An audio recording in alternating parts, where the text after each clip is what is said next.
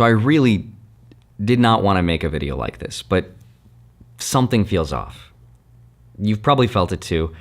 Like the economy doesn't add up. We just recently revised the job numbers again, and we learned that we actually had 900,000 less jobs than we were originally told between March 2024 and 2025. Stock market kind of feels disconnected from reality. I'm noticing people are angrier and more divided than ever. I've seen some really bad takes on social media about what's really happening, and every day the news feels like there's another sign that the world is coming to an end. Believe it or not, there's a name for this. Some people call it the fourth turning, and that this cycle happens every 20 years or so. Famous economist Ray Dalio says that it's the decline of the US empire, and we're in the last phase of it. But whatever we call it, we all feel it, I think. So today's video is not going to be my usual fancy storytelling and cool editing. I'm going to try to do this in as few takes as possible, and I'm going to zoom out, and I'm going to oversimplify a lot of very complex ideas and give you a high-level overview of what I think is really happening, because I don't think this is an accident of how we got here. If you look at what's happening to this country and around the world, not just in the US, but everywhere, and you look at it through the lens of incentives and money, you will understand what led us to this point, and you'll see that this is not random. But what I really hope this video does for you is that it helps you stay sane in a world that feels more and more insane. What we're seeing right now is the glue that held us together slowly coming apart. Things like faith, family, community, property, that's getting weaker and weaker. What we're left with is a system that's built on fragility. And that fragility shows up in two specific places that we see all around us: in economics and our attention.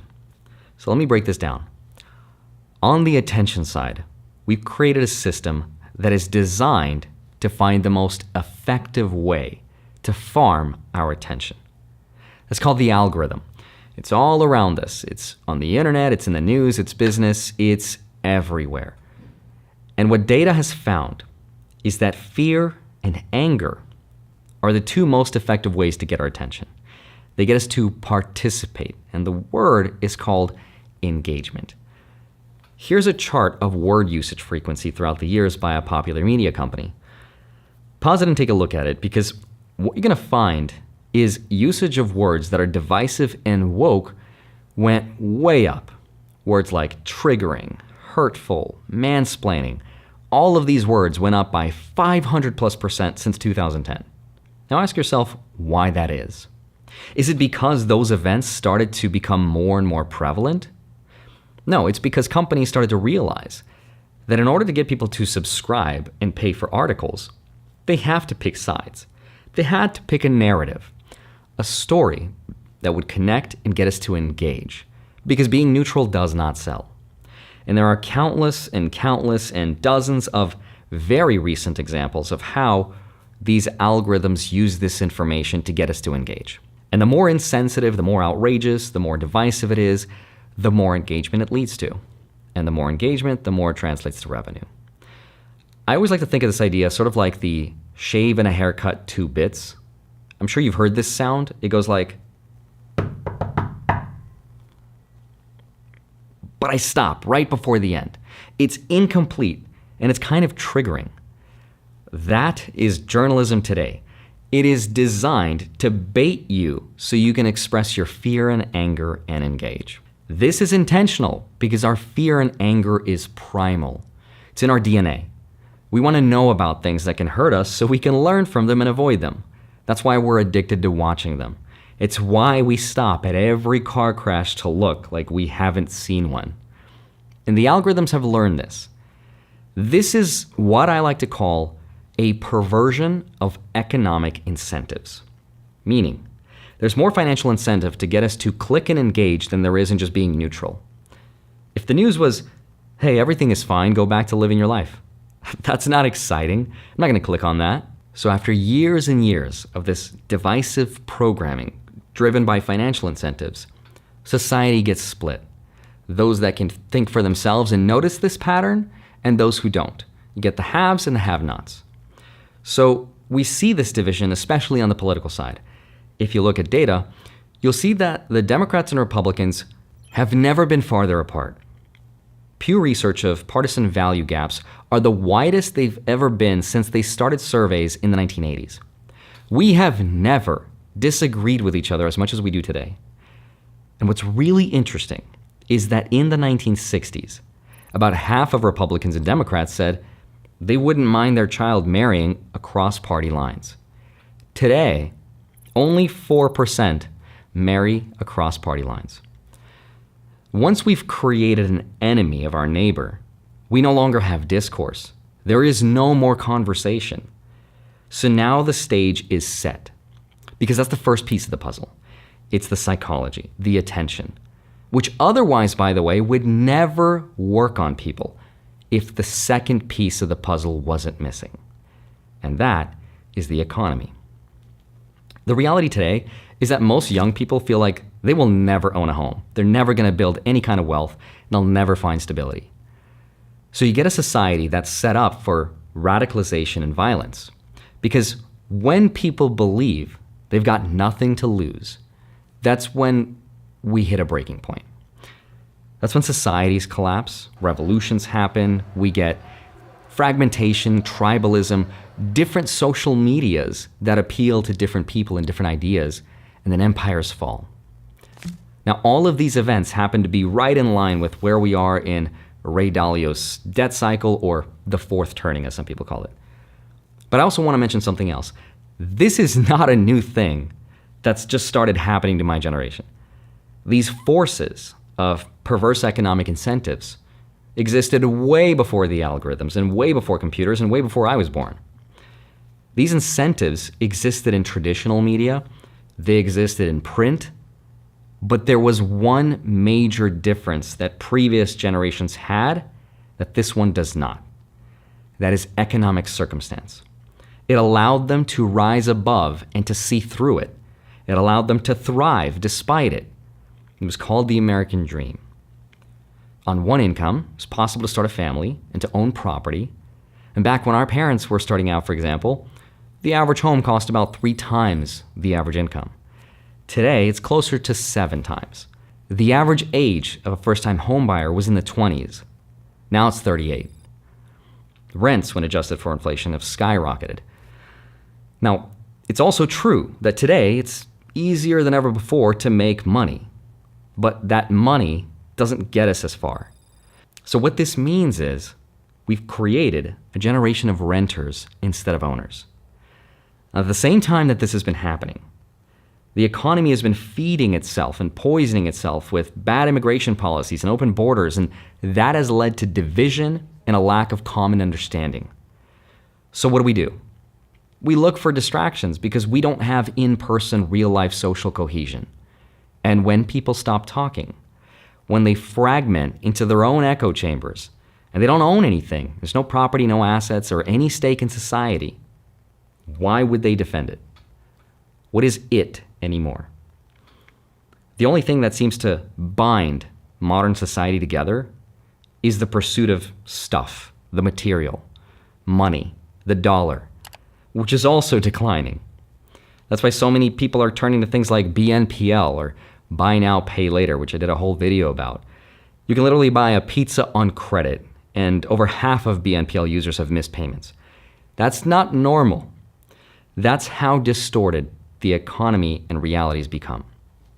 And when you combine all that with the psychological aspect of the news cycle, which is driven by financial interest, and you get social unrest, distrust, and a decline.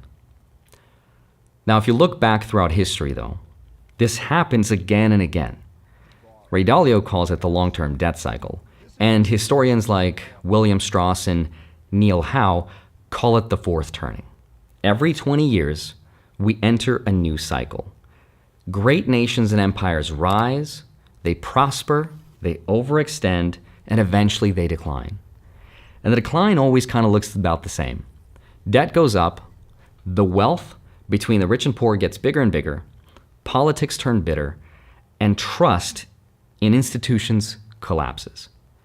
Now, while all of this is happening, though, the empire wraps itself in a cocoon of protective policies that isolate itself from the rest of the world. Some of those policies are things like when the US government just took a 10% stake in Intel, effectively kind of part nationalizing it, which is weird.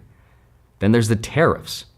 And while they're not necessarily inflationary, but they are protective regulations, which I think are done in good faith to protect the empire and buy it some time, but instead, they make the empire weaker and less competitive on a global level.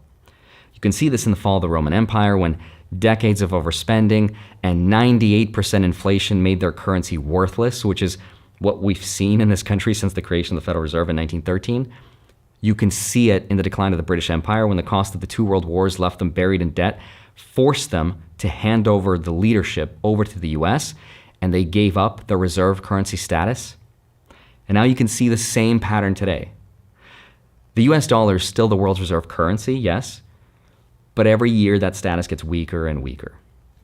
The national debt just keeps getting bigger and bigger. Interest payments on that debt are now bigger than what the US spends on the entire defense budget.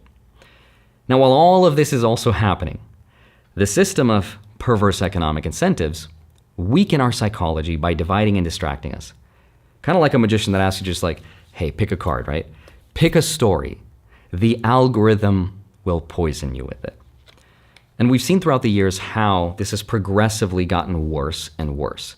We get the left versus the right versus the left. It's the immigrants. It's the foreign nation that control our governments. It's the deep state. It's the globalists. Pick a story. Whatever you believe, the algorithm will send you down that rabbit hole. And that's not to say those are not real issues that we need to talk about, but when you mix the psychology of incentives that are purely designed to make money, thanks to pieces of paper being created out of thin air, this is what it leads to. Social unrest and a reality where no one can agree on anything. That's what we're living through right now. And I know all of this sounds really dark, and it kind of is dark. But history shows that societies do go through these new cycles every 20 years. And every time it feels like the world is going to end. But life goes on. Now, I've been seeing the news a lot lately, and the question I had for myself is, how do I stay sane? And one thing that recently helped me is, I went to dinner with my friends and I asked them, do you guys feel like the world is about to come to an end, or is it just me? And they were like, nah, it's just you. That's just your algorithm. It's your bubble. I don't feel that. And I hope they're right. But if this is really happening and you notice something is happening as well, for me, the answer is I'm going to go back to the basics.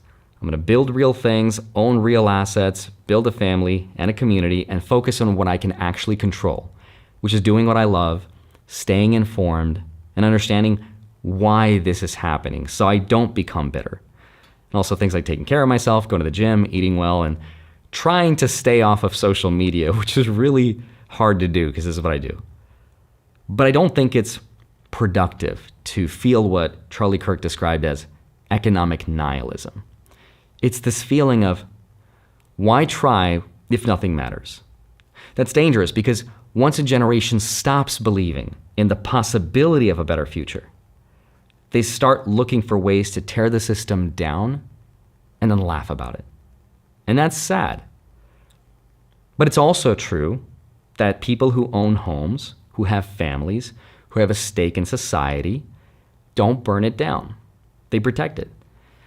And that's something I can work toward. Because the truth is, you and I can't control the Fed, we can't control Congress, we can't control the media, but what we can control are our own decisions. That means things like being careful with debt, investing for the long term, and then not letting the algorithms turn us into angry, bitter people that lack empathy, that can't have a conversation with someone who disagrees with us. So if you look at this from the lens of these cycles, maybe we are in some fourth turning moment, but I also like to think that on the other side of that is a first turning, a renewal, rebuilding, optimism. So if you feel like the world is falling apart, just remember, it always has been. But it's the people who stay informed, who stay focused on what matters. I think those are the people that come out stronger. But that's why I always say, if you want to understand the world, look at it through the lens of incentives and economics. Now, all of this was a very dumbed down version of some really complex ideas and concepts that are happening around the world. And I'm only looking at it through a very limited scope of money and psychology, because that's what I love. I love investing and I love magic, but there's more to this story. If you want to get a lot more detailed, I'd recommend a video called The Collapse of the West with Balaji and Peter McCormick. It's an incredible video and it goes into a lot more detail about what's happening. You can also read The Fourth Turning, and you might want to check out Ray Dalio's book as well. In the meantime, sorry for the depressingly sad and boring video, but I hope you got something good out of it, and I hope it's just me.